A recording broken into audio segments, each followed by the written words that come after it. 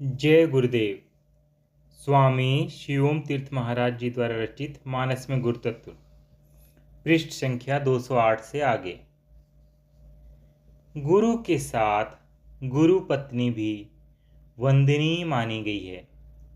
उसे गुरु माता कहकर संबोधित किया जाता है तथा उसकी हर इच्छा को गुरु की इच्छा की तरह ही पूरा करने का प्रयत्न किया जाता है। गुरु पत्नी भी अपने पति के शिष्यों को अपनी ही संतान की भांति स्नेह प्रदान करती है, उन्हें खिलाती है, हंसाती है तथा डांटती है। गुरुदेव के पश्चात राम जी ने गुरु माता के चरणों में वंदना की। यही भारतीय परिपाटी है। चौपाई। गुरुसन कहेयु की धारी पाऊ। अर्थ, गुरुजी ने निवेदन किया कि कुटिया पर पधारिए। राम जी ने गुरुदेव, माताओं तथा अयोध्या वासियों से कुटिया पर पधारने का निवेदन किया। शिष्य अपना हृदय खोलकर गुरुदेव के सामने रख देता है तथा उन्हें इस हृदय रूपी कुटिया में पधारने, आसन ग्रहण करने, विराजने की प्रार्थना करता है। गुरु के भौतिक शरीर के लिए चाहे बाहर की कुटिया ही पर्याप्त हो, किंतु गुरुदेव का आशीर्वाद, शक्ति तथा स्नेह शिष्य की हृदय रूपी कुटिया में ही स्थान पाते हैं। राम जी का यह आशय भी हो सकता है कि शरीर से आप इस भौतिक कुटिया में पधारिए, परंतु अपनी शक्ति, ज्ञान तथा कृपा को हृदय रूपी कुटिया में स्थापित कर दीजिए। पंचवटी के इस मिलन को प्राय राम भरत मिलाप के रूप में ही लिया जाता है, किंतु गुरु शिष्य मिलन के रूप में इसका महत्व कम नहीं है। शिष्य के रूप में यदि राम जी ने गुरु वशिष्ठ जी से मिलते हैं तो गुरु के रूप में अपने शिष्य भरत जी पर कृपा करते हैं।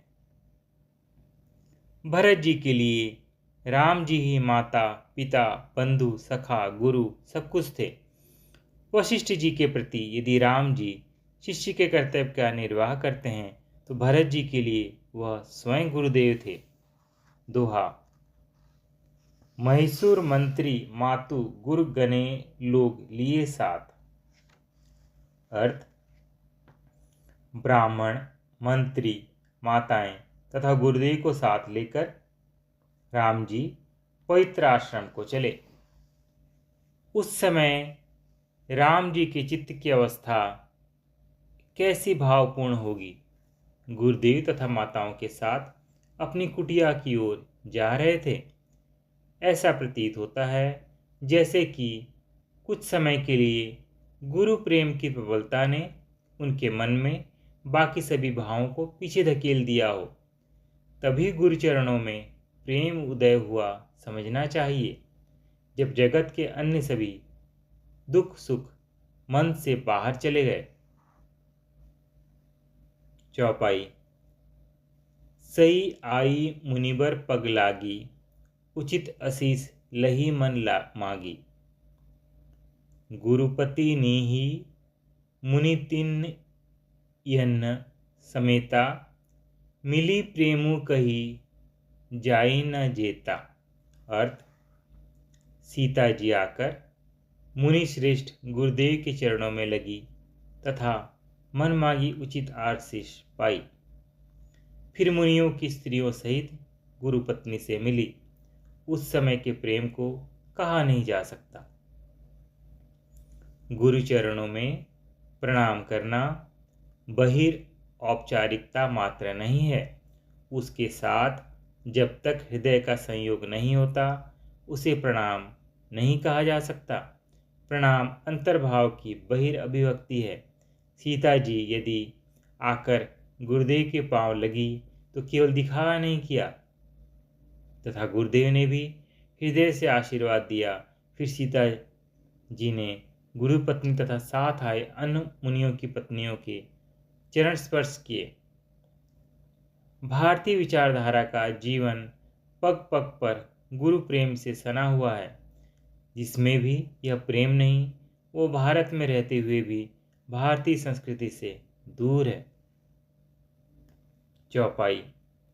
बैठन सभी कह्यो गुरु ज्ञानी। अर्थ, तब ज्ञानी गुरु ने सबको बैठ जाने के लिए कहा। जब गुरुदेव सामने हों तथा खड़े हों तो दूसरा कोई कैसे बैठ सकता है? यह शिष्टाचार भी है, गुरु के प्रति आदर भाव का द्योतक भी है तथा शिष्य का कर्तव्य भी। गुरुजी ने स्वयं बैठकर जब सबको बैठने के लिए कहा तब सभी लोग बैठ गए। चौपाई। शुद्ध भय दुई बासर बीते, बोले गुरसन राम प्रीते। अर्थ, जब शुद्ध 2 दिन बीत गए तो राम जी प्रीति के साथ गुरु जी से बोले।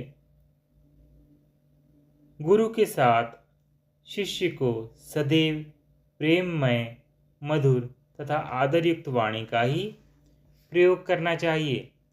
यह मर्यादा भी है तथा इससे गुरु की प्रसन्नता भी प्राप्त होती है।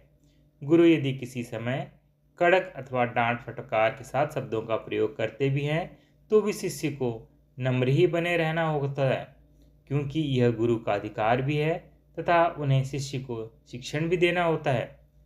शिष्य को सुअवसर और गुरु को प्रसन्न देखकर निवेदन करना उचित है। राम जी यही कर रहे हैं।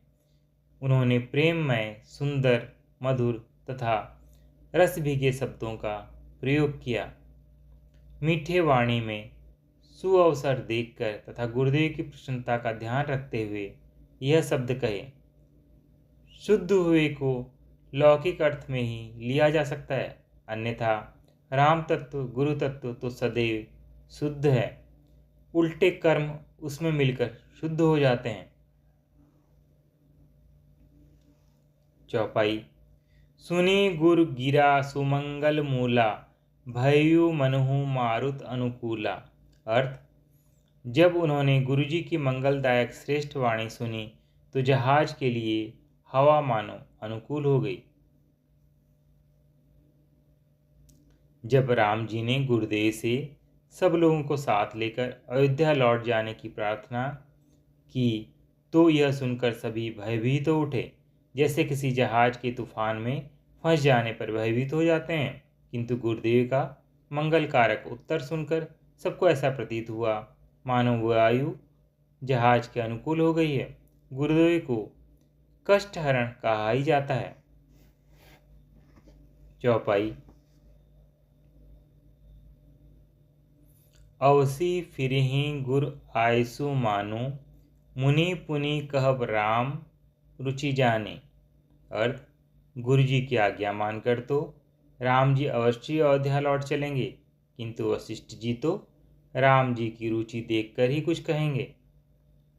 भरत जी सोचते हैं कि एक उपाय हो सकता है। राम जी कभी भी गुरु जी की आज्ञा का उल्लंघन नहीं कर सकते। यदि गुरुदेव कहेंगे तो वो अवश्य ही लौट चलेंगे, किंतु गुरुदेव राम जी की रुचि देखकर ही बात करेंगे। गुरुदेव राम जी में गुरु तत्व की प्रबलता देख रहे थे। राम जी धर्मपरायण है तथा वह किसी भी अकर्तव्य के करने में रुचि नहीं रखते थे, इसलिए उन्हें उनकी रुचि के अनुसार ही आज्ञा देना ठीक है। किंतु सामान्य शिष्य की यह स्थिति नहीं होती, इसलिए गुरु को शिष्य के कल्याण की अधिक चिंता होती है। दोहा। गुरुपद कमल प्रणामो करी, बैठे आए सुपाई। अर्थ, भरत जी गुरु जी के चरण कमलों में प्रणाम करके आज्ञा पाकर बैठ गए। यहाँ गुरुदेव का कार्य बहुत कठिन है। वह भरत जी का प्रेम भी देख रहे हैं तथा राम जी का कर्तव्य पालन भी। दोनों अपनी अपनी बात पर अड़े हैं। प्रेम के वशीभूत भरत जी राज्य ग्रहण करने में संकोच करते हैं, तो राम जी वनवास में ही अपना कर्तव्य पालन मानते हैं। वशिष्ठ जी पक्षपात के आक्षेप से बचना चाहते हैं। उन्होंने सभी लोगों की एक बैठक बुलाई। बैठक स्थल राम जी कुटिया के समीप ही है। श्री गुरु चरणों को चरण कमल की संज्ञा दी जाती है, क्योंकि शिष्य के लिए गुरुचरण कमल पुष्प की भांति कोमल तथा सुंदर हैं। शिष्य के मन को मोहते हैं। शिष्य इन्हीं चरणों के प्रति समर्पित होता है। भरत जी प्रणाम कर बैठ गए। चौपाई। गुरु मातु वचन अनुसारी। अर्थ, वह गुरु माता और पिता के वचनों के अनुसार चलने वाले हैं। ऐसा वही कर सकता है जिस पर किसी सच्चे गुरु का वरद हस्त हो गया तथा श्री गुरुचरण कमलों में समर्पित हो। नहीं तो मन के पास भाग निकलने के बहुत बहाने हैं। राम जी पिता के वचन का सम्मान करते हुए 14 वर्ष के लिए वन को चले गए। ऐसा संभवतः इतिहास में फिर कभी नहीं हुआ। दोहा। बुझी मोही उपाय अपसो सब मोर अभागु, सुनी सहे स्नेह में बचन गुर उमगा अनुराग। अर्थ, अब आप मुझसे पूछते हैं, यह मेरा अभाग्य है। भरत जी के प्रेम में वचनों को सुनकर गुरु जी के हृदय में प्रेम उमड़ आया।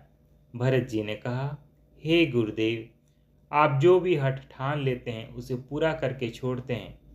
कोई भी ऐसा काम नहीं जो आप नहीं कर सकें। फिर भी आप मेरे से पूछते हैं कि क्या किया जाए जिससे राम जी लौट चलना स्वीकार कर लें। यह मेरा दुर्भाग्य है।